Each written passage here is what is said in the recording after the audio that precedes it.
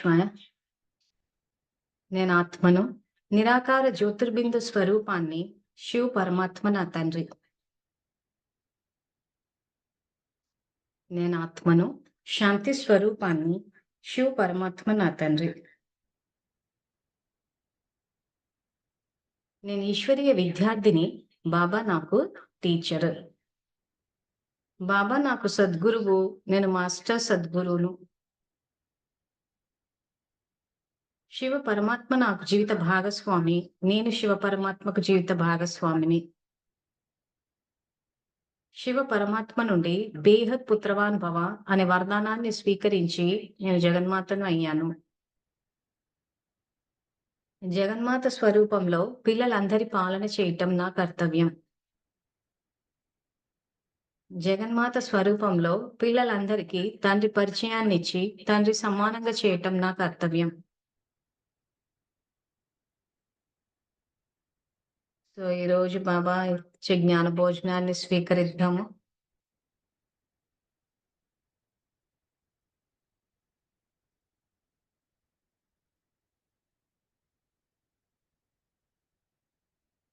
So ఈ రోజు revise course Murali 31 December 1983.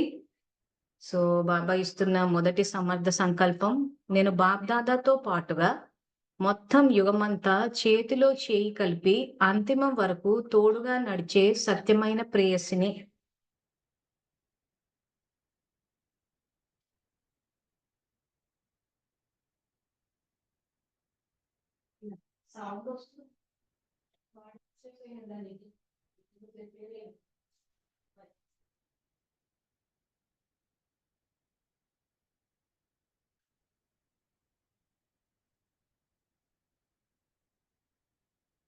నేను బాబ్దాదాతో పాటుగా శ్రీమతం అనే చేయిని కలిపి మొత్తం యుగం అంతా చేతిలో చేయి కలిపి అంతిమం వరకు తోడుగా నడిచే సత్యమైన ప్రేయసిని.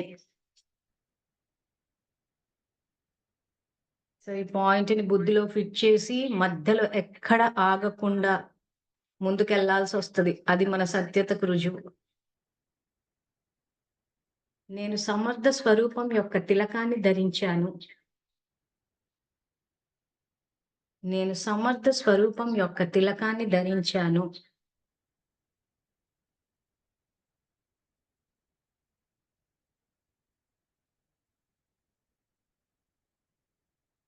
నేను సదా బాబా తోడుని చేతిని పట్టుకుని స్మృతి తిలకం పెట్టుకున్నాను. నేను సదా బాబా తోడుని చేతిని పట్టుకుని స్మృతి తిలకం పెట్టుకున్నాను.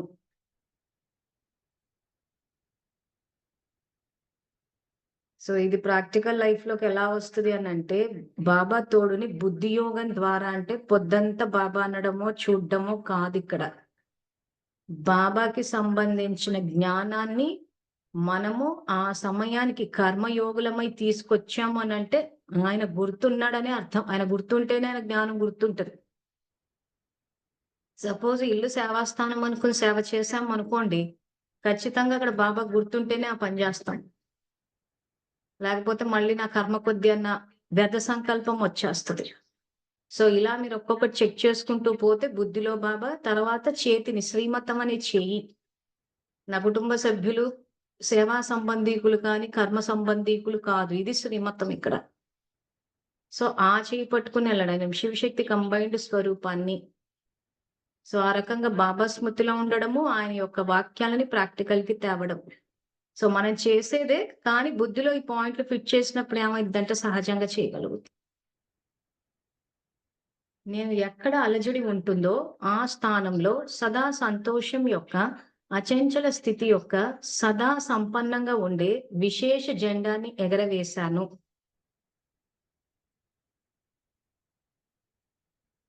నేను ఎక్కడ అలజడి ఉంటుందో ఆ స్థానంలో సదా సంతోషం యొక్క అచంచల స్థితి యొక్క సదా సంపన్నంగా ఉండే విశేష జెండాని ఎగరవేశాను.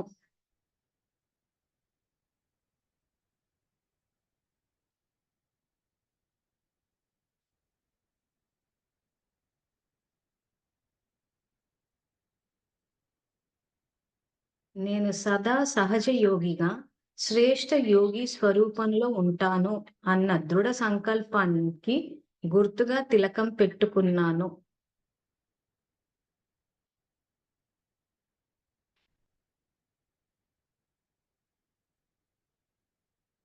నేను సదా సహజ యోగిగా శ్రేష్ఠ యోగి స్వరూపంలో ఉంటాను అన్న దృఢ సంకల్పానికి గుర్తుగా తిలకం పెట్టుకున్నాను.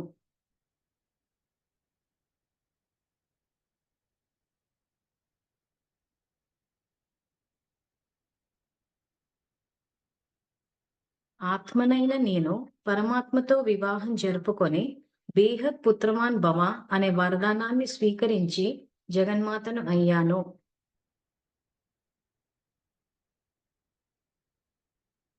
ఆత్మనైన నేను పరమాత్మతో వివాహం జరుపుకొని బేహద్ పుత్రవాన్ భవ అనే వరదానాన్ని స్వీకరించి జగన్మాతను అయ్యాను. సో మన సమర్థ సంకల్పాల ఖజానాలో ఏవైతే సంకల్పాలు రాస్తూ పోయానో నేను మురళీలు చూసే రాశాను. సో ఈ 31 డిసెంబర్ 1983 మురళిలో ఉంది ఈ జగన్మాత పాత్ర. అంటే వేరే చోట్ల గూడా ఉంది. కానీ ముఖ్యంగా బేహద్ పుత్రవాన్ భవ అన్న వరదానం ఇక్కడే ఇచ్చాడాయన. సో ఈ సంగమ యుగంలో ఈ వరదానాన్ని స్వీకరించి జగన్మాతలే తల్లి పాత్రలో అందరికీ శరీరానికి, ఆత్మకి రెండిటికి శక్తినివ్వాలి. పాలన చేయడం అంటే అది. అది ఏ రకంగా చేస్తామంటే మనస, వాచ, కర్మన 3 రకాలుగా చెయ్యాలి. ఇది యాక్చువల్‌గా మనం చేయాల్సిన పురుషార్థము పూర్తిగా చెయ్యాలి. మళ్ళీ ఏదో ఒకటి పట్టుకొని కూర్చోద్దు. నేను మనసా సేవనే చేస్తాను, వాచనే చేస్తాను, కర్మననే చేస్తాను అని చెప్పి. బాబా శ్రీమతం ప్రకారం అన్నీ చెయ్యాలి. అన్ని రకాలుగా అందరికీ సంయోగం ఇచ్చి పిల్లలని తండ్రి సమానంగా చెయ్యాలి. సో తల్లి పాత్ర అదే ఇక్కడ. తర్వాత నేను సదా బాబా వెంట నడిచే జీవిత భాగస్వామిని. సో శివ పరమాత్మ జీవిత భాగస్వామి అన్నది కూడా ఇక్కడి నుంచి రాసాం. 23 జనవరి 1970 మురళిలో కూడా ఉంది. సో ఇక్కడ కూడా వచ్చిందది. నేను సదా బాబా వెంట నడిచే జీవిత భాగస్వామిని.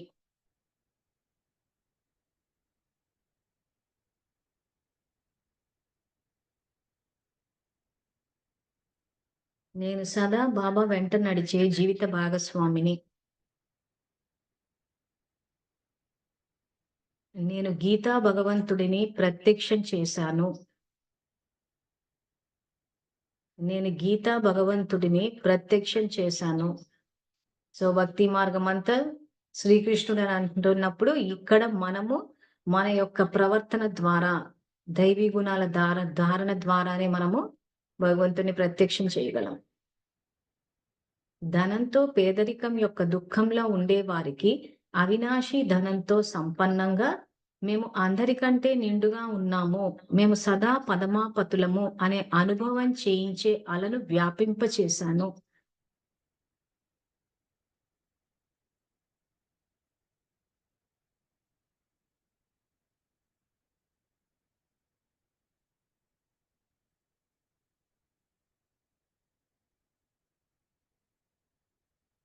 ధనంతో పేదరికం యొక్క దుఃఖంలో ఉండే వారికి అవినాశి ధనంతో సంపన్నంగా మేము అందరికంటే నిండుగా ఉన్నాము. మేము సదా పదమాపతులము అనే అనుభవం చేయించే అలను వ్యాపింపచేశాను.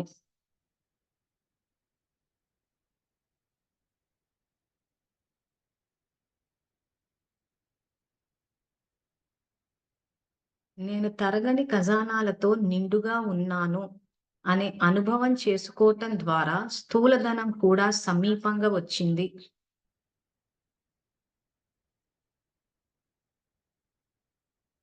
నేను తరగని ఖజానాలతో నిండుగా ఉన్నాను అనే అనుభవం చేసుకోవటం ద్వారా స్థూలధనం కూడా సమీపంగా వచ్చింది.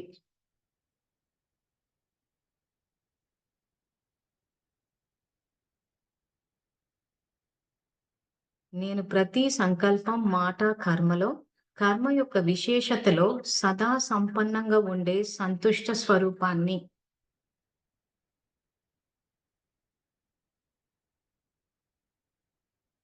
నేను ప్రతి సంకల్పం, మాట, కర్మలో కర్మ యొక్క విశేషతలో సదా సంపన్నంగా ఉండే సంతుష్ట స్వరూపాన్ని.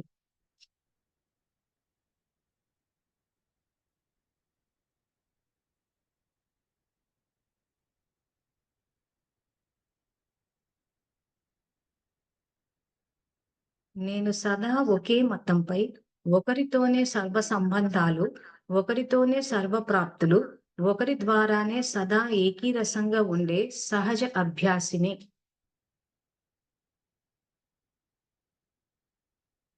నేను సదా ఒకే మతంపై, ఒకరితోనే సర్వ సంబంధాలు, ఒకరితోనే సర్వప్రాప్తులు, ఒకరి ద్వారానే సదా ఏకీరసంగా ఉండే సహజ అభ్యాసిని.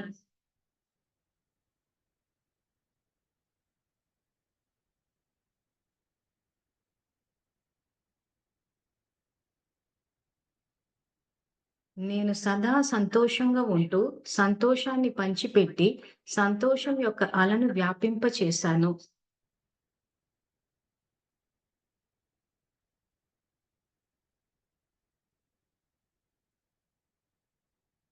నేను సదా సంతోషంగా ఉంటూ, సంతోషాన్ని పంచిపెట్టి, సంతోషం యొక్క అలను వ్యాపింపచేశాను.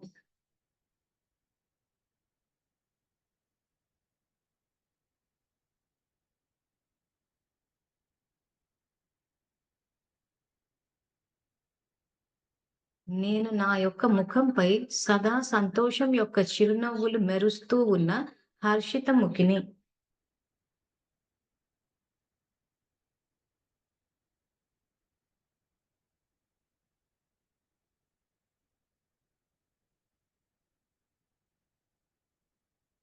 నేను నా యొక్క ముఖంపై సదా సంతోషం యొక్క చిరునవ్వులు మెరుస్తూ ఉన్న హర్షిత ముఖిని.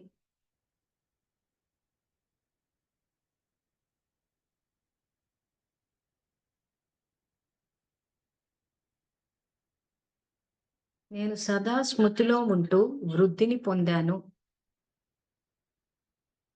నేను సదా స్మృతిలో ఉంటూ వృద్ధిని పొందాను. నేను బాబా ద్వారా లభించిన వరదానాల మాలను సదా నా వెంట ఉంచుకున్నాను. నేను బాబా ద్వారా లభించిన వరదానాల మాలను సదా నా వెంట ఉంచుకున్నాను.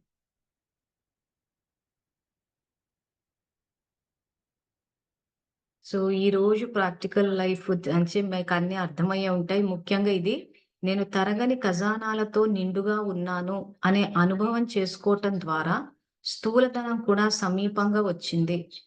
సో, ఇక్కడే గాదు వేరే చోట గూడా జ్ఞానధనం ఉన్న చోట స్థూలధనం వస్తది అంటారు.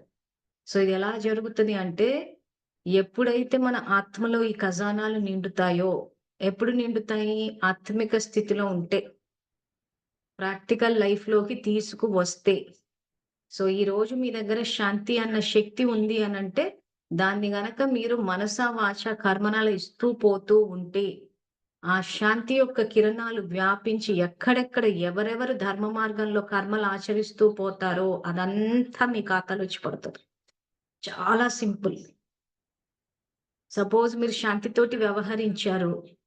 తరగని ఖజానా ఉంది మీ దగ్గర. సో, ఆ శాంతి యొక్క తరంగాలు కల్పవృక్ష జ్ఞానం మీ అందరికీ తెలుసు. సో, ఆ తరంగాలు వ్యాపించి ఎవరైనా శాంతితోటి ఆ సిగ్నల్స్ క్యాచ్ చేసి, శాంతితోటి వ్యవహరించి, వాళ్లకు గనక ధనం లాభం అంటే ఎన్నో రకాలుగా లబ్ధి పొందుతారు. ఆరోగ్యపరంగా, సంబంధాలు టాపిక్ ధనం గాబట్టి అది చెప్తున్నా. సపోజ్ వాళ్ళకి ధనంలో ఏమైనా లాభం వచ్చిందనుకోండి. అందులో మీరు భాగస్తులు. అందుకే ఆధ్యాత్మిక మార్గంలో ఉంటే డబ్బు కోసం మనం పరిగెట్టాల్సిన అవసరం లేదంటారు. డబ్బే మనది వెతుక్కుంటూ వస్తది. సమీపంగా వస్తది. పదమాపద భాగ్యశాలులవుతారు అంటారు. సో, ఈరోజు టెన్షన్ వల్ల ఏమవుతుందంటే టెన్షను, అశాంతి వల్ల కర్మలు సరిగ్గా లేవు. అంటే మనుషులు చెడ్డవాళ్ళని కాదు.